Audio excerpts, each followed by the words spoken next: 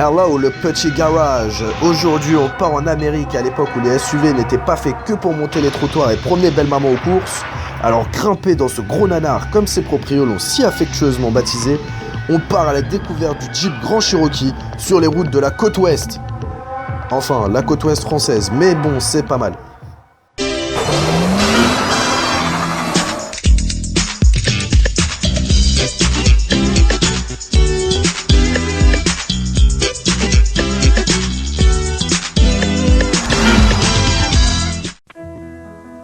Lancé au salon de Détroit en 1992, ce Jeep Grand Cherokee est un renouveau dans la gamme, sans pour autant renier sa filiation. Il est plus tourné vers le confort et le luxe, c'est un fait. Mais croyez-le, il n'a rien perdu de ses capacités génétiques à la grimpette. Et Jeep en était très fier, la preuve avec ce spot publicitaire pour le Québec.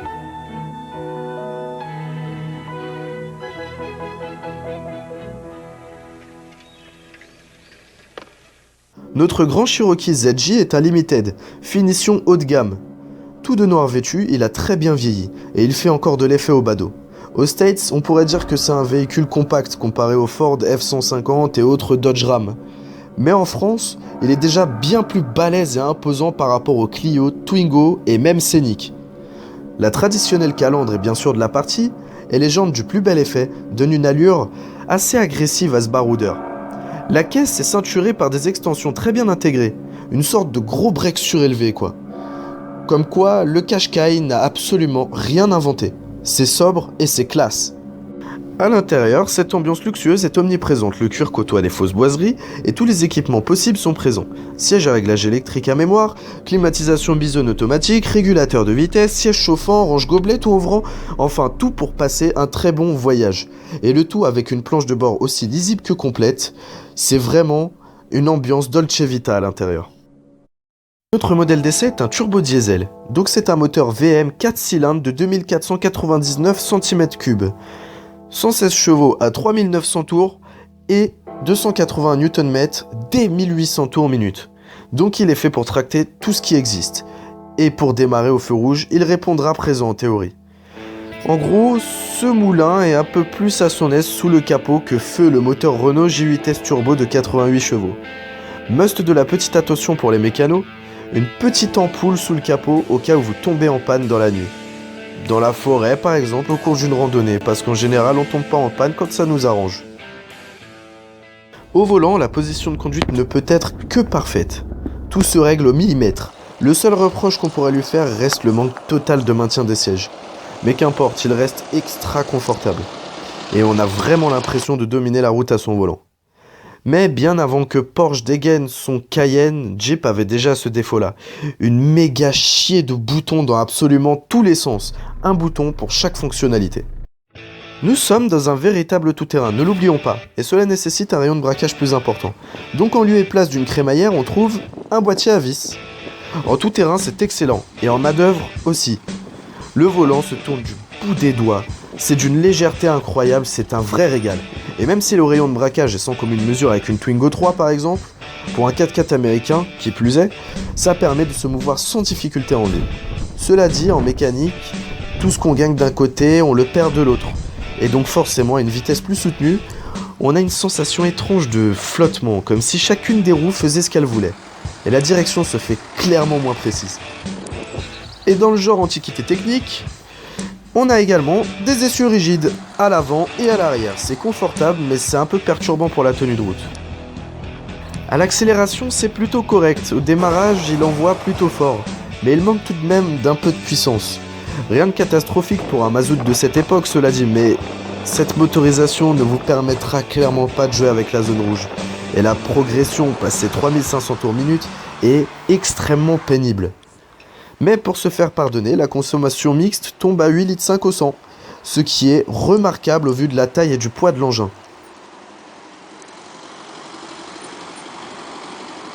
La boîte de vitesse, elle par contre... Si la boîte elle-même est plutôt bien étagée, sa commande n'est pas très précise. Elle accroche beaucoup au verrouillage et les débattements d'un rapport à l'autre sont assez importants. Petit reproche qu'on peut presque pardonné grâce à un réducteur qui vous permettra de grimper un peu partout et sur tous les terrains. Et un mode 4x4 qui peut se déclencher afin d'économiser du carburant. C'est très efficace et les amateurs de la discipline apprécieront. Parlons du freinage. Et en ce qui le concerne, c'est sans reproche en fait, y a rien à dire. La course à la pédale est assez réduite, ce qui renforce l'impression de puissance du frein. En plus que le frein est déjà puissant et endurant, en effet il freine extrêmement bien les 1771 kg de ce gros paquebot, l'ABS est lui très efficace. Il faut vraiment piler comme un sagouin pour le déclencher. Il ne piège pas, il ne surprend pas. Et malgré la mollesse de la suspension, le nez ne plonge pas excessivement. Ce qui permet de garder un contrôle quasi total en toute situation et de ne pas allonger excessivement les distances de freinage malgré un énorme poids. En résumé, c'est un bon gros 4x4 muni d'un gros coffre qui peut accueillir une famille de 5 personnes dans un grand confort. Et surtout une sangle et une glacière. Si vous voulez être un Jeepers, il faut avoir ça dans votre coffre, c'est obligatoire. Économique à l'usage, grâce à des solutions techniques éprouvées, comme le boîtier de direction à vis ou la cascade de pignons en lieu et place d'une courroie ou d'une chaîne de distribution, il vous rendra bien plus service et vous procurera bien plus de plaisir que le Renault Capture du voisin. Et ce, pour bien moins cher. Vous rajoutez à ça une conduite des plus simples, un faible appétit en carburant et un équipement on ne peut plus complet, et vous avez le parfait compromis entre un véhicule plaisir et utilitaire. Et si la version diesel ne vous plaît pas, sachez que des moteurs essence très péchus sont disponibles. C'est quand même un beau ticket d'entrée pour rentrer dans le monde des fameux Jeepers.